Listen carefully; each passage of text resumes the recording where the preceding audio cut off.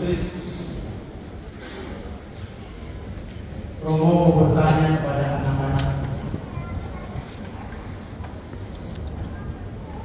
anak-anak yang terkasih, siapa yang percaya bahwa Tuhan Yesus mati? Angkat tangan. Yesus mati. Oke. Siapa yang percaya Tuhan Yesus dikremasi? Angkat tangan.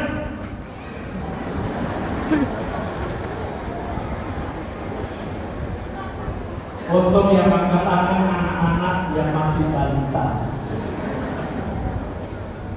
Jadi Tuhan Yesus tidak dikremasi, tetapi dimakamkan, dikubur.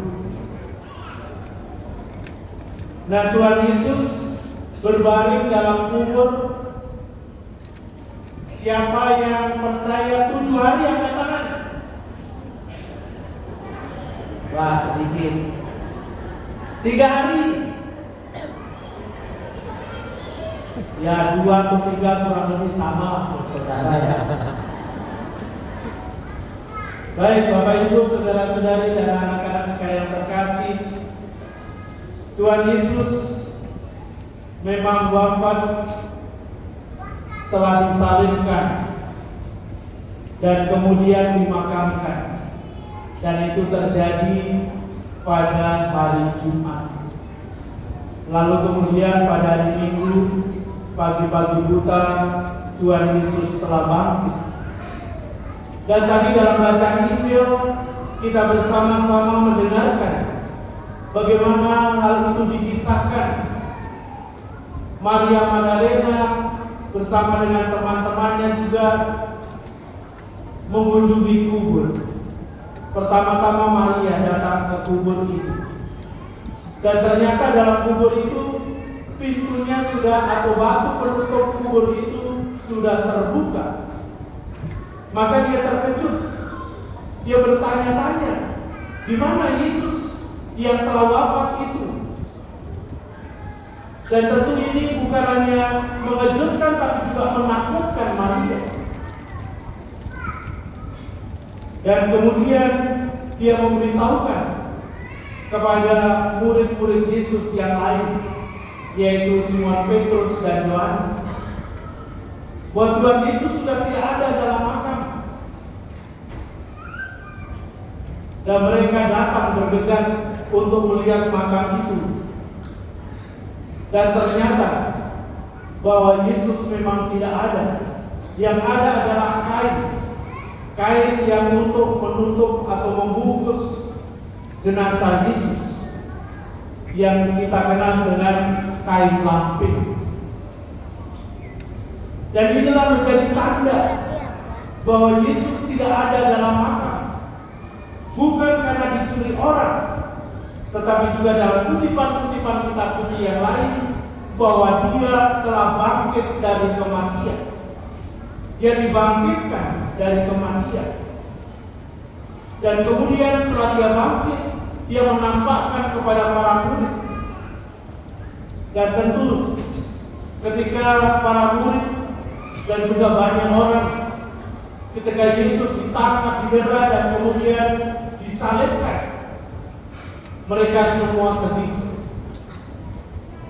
Mereka semua hatinya tergoncang karena melihat peristiwa yang begitu luar biasa. Mereka mengenal Yesus sebagai orang yang baik, sebagai guru dan Tuhan, tetapi mereka diperlakukan seperti seorang penjahat, padahal dia tidak melakukan kesalahan apapun, tidak melakukan kejahatan. Tapi itulah konsekuensi pilihan Tuhan Yesus sebagai Allah yang menjelma ke tengah-tengah dunia, mewartakan karya keselamatan. Dan ternyata banyak tantangan, tidak sedikit yang menolak. Dan inilah mereka yang menolak, yang menangkap, mendera, dan kemudian menyalibkan. Maka begitu mereka melihat Tuhan Yesus yang bangkit, hati mereka begitu bergembira dan bersukacita. Mereka yang tadinya sudah lesu dan loyo, mereka bersemangat lagi. Karena Tuhan yang mereka percayai sungguh-sungguh tidak bisa dikuasai oleh maut. Seperti juga dikisahkan dalam bacaan yang pertama tadi, bagaimana para rasul dengan penuh keberanian bersaksi tentang Tuhan Yesus Kristus.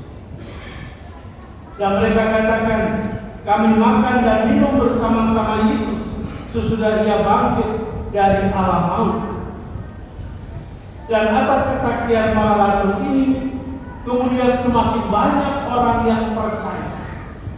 Bahkan di antara mereka yang menolak Yesus, yang turut menyalahkan Yesus, mereka kemudian juga menjadi percaya kepada Tuhan Yesus. Mereka percaya bukan karena kisah yang disampaikan oleh para murid Yesus, oleh para rasul, tetapi mereka mempercayai bahwa Kristus adalah Putra Allah, bahwa Kristuslah jaminan keselamatan kehidupan mereka, kehidupan kekal. Mereka merubah cara hidup mereka seperti yang diajarkan dan yang juga dilakukan oleh Tuhan Yesus sendiri.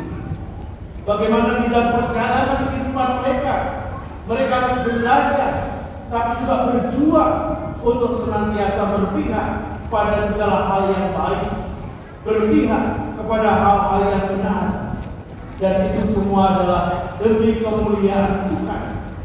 Dan siapapun yang bertekun di dalam kebaikan dan kebenaran, martabat mereka dimuliakan, martabat mereka menjadi orang-orang yang terhormat.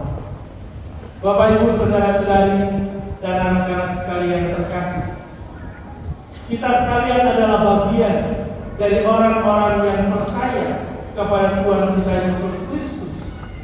Karena kesaksian dari para rasul yang terus-menerus disampaikan kepada kita, bukan hanya para rasul, murid-murid Yesus yang perdana, tetapi juga rasul-rasul yang menyusul kemudian sampai dengan saat ini. Bahkan mungkin salah satu dari antara kita atau banyak di antara kita yang juga berperan sebagai rasul-rasul pada masa ini. Karena itu Bapak Ibu saudara-saudara yang terkasih, semoga lewat perayaan Paskah ini, iman kepercayaan kita semakin disegarkan, iman kepercayaan kita semakin dikuatkan, sehingga kita pun seperti para rasul juga berani bersaksi tentang kehidupan yang baik, kehidupan yang benar, sebagai tanda bahwa kita adalah orang-orang yang bertuhan.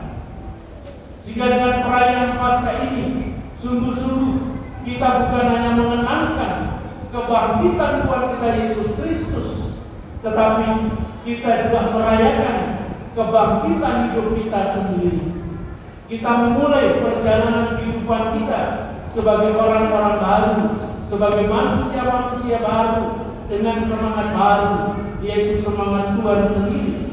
Sehingga kalau kita bertekun di dalam segala hal yang baik yang benar, maka kita pun juga akan bersama-sama dimuliakan bersama dengan Kristus yang telah bangkit.